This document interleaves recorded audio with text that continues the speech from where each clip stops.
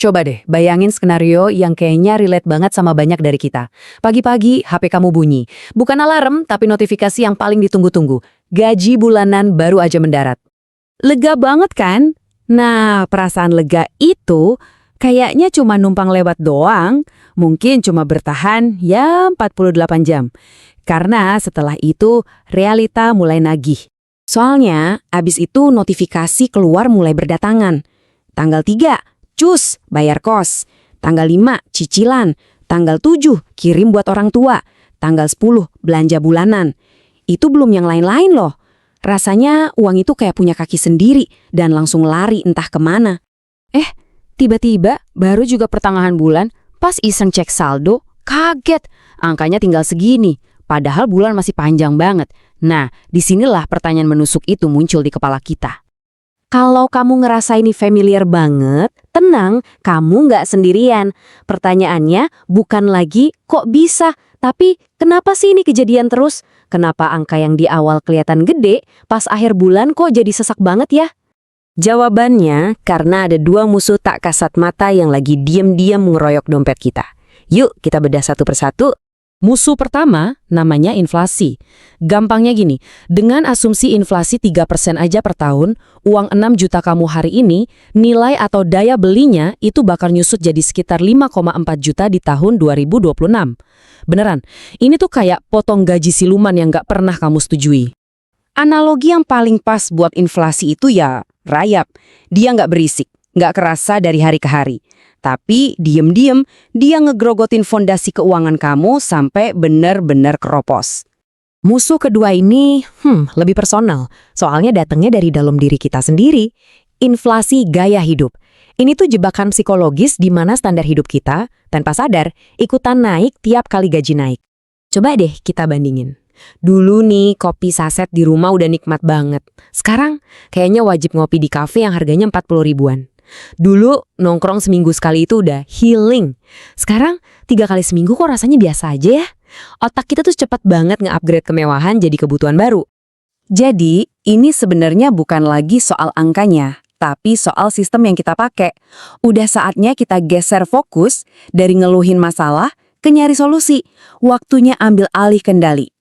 Dan ini intinya. Dengerin baik-baik, rasa cukup itu nggak akan pernah datang dari sebuah angka. Rasa cukup itu datang dari adanya batas. Tanpa batas yang kita bikin sendiri, 6 juta nggak akan pernah cukup. Serius deh, bahkan 10 juta atau 20 juta pun bisa habis gitu aja. Dan ini dia jebakan pemikiran paling umum.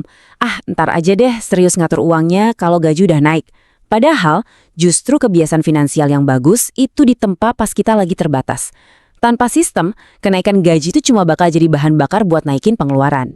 Terus gimana cara bangun sistemnya? Gampang banget, urutannya dibalik. Begitu gaji masuk, stop. Jangan langsung bayar-bayar tagihan. Justru bayar diri kamu sendiri dulu. Sisihin langsung buat investasi sama tabungan. Nah, sisanya baru deh itu yang kamu pakai buat hidup. Ini perubahan kecil, tapi dampaknya raksasa. Oke, sekarang kita masuk ke bagian yang paling praktis. Ini strategi yang bisa langsung kamu terapin buat ngambil alih kendali keuanganmu. Aturan populer 50-30-20 itu kan cuma panduan ya, bukan harga mati. Nah, buat gaji 6 juta, mungkin realitasnya lebih kayak gini. 58% buat kebutuhan, 25% buat tabungan dan investasi, dan sisanya 17% buat senang-senang. Angkanya boleh fleksibel. Yang nggak boleh ditawar itu cuma satu, konsisten. Dan awas, hati-hati banget sama 3 pembunuh senyap ini. Cicilan gawai baru tiap tahun, kredit kendaraan yang porsinya kegedean sama, ya ini, nongkrong impulsif yang kalau ditotal-total bisa jebol. Kelihatannya kecil-kecil, tapi kalau digabungin, brutal banget efeknya. Ingat, pertahanan terbaik itu ya menyerang. Jadi solusinya bukan cuma motong pengeluaran, tapi juga naikin pendapatan. Coba deh, pasang target yang jelas. Gimana caranya dapetin tambahan 1 juta per bulan dalam 12 bulan ke depan? Bisa dari side hustle, bisa dari upgrade skill, apa aja.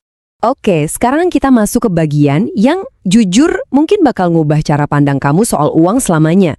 Ini soal kekuatan ajaib dari yang namanya konsistensi jangka panjang. Coba kita berandai-andai. Kamu benar-benar disiplin, nyisihin 1 juta rupiah aja setiap bulan. Khusus buat diinvestasiin. Pertanyaannya, kira-kira uang itu bakal jadi berapa ya dalam 15 tahun ke depan? Anggap aja dapat imbal hasil rata-rata 10% per tahun. Coba, tebak dulu angkanya di kepala kamu sekarang. Jawabannya bisa jadi sekitar 400 sampai 500 juta rupiah. Gila kan? Inilah yang namanya keajaiban bunga majemuk atau compound interest. Gaji 6 juta mungkin nggak bikin kamu kaya raya dalam 2 tahun.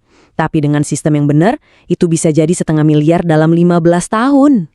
Jadi, kita balik lagi nih ke pertanyaan di awal. Hidup dengan gaji 6 juta rupiah di tahun 2026 itu mungkin atau mustahil? Hidup dengan 6 juta tanpa sistem, nah itu yang mustahil. Dan ini poin terpentingnya, seringkali masalah kita itu bukan kekurangan uang, tapi kekurangan sistem.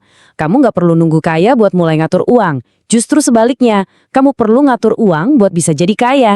Kabar baiknya, sistem itu bisa dibangun. Mulai aja dari yang kecil, mulai hari ini juga. Jadi saya tinggalin Anda dengan satu pertanyaan buat direnungkan. Yang sebenarnya kurang itu uangnya atau sistem untuk mengaturnya.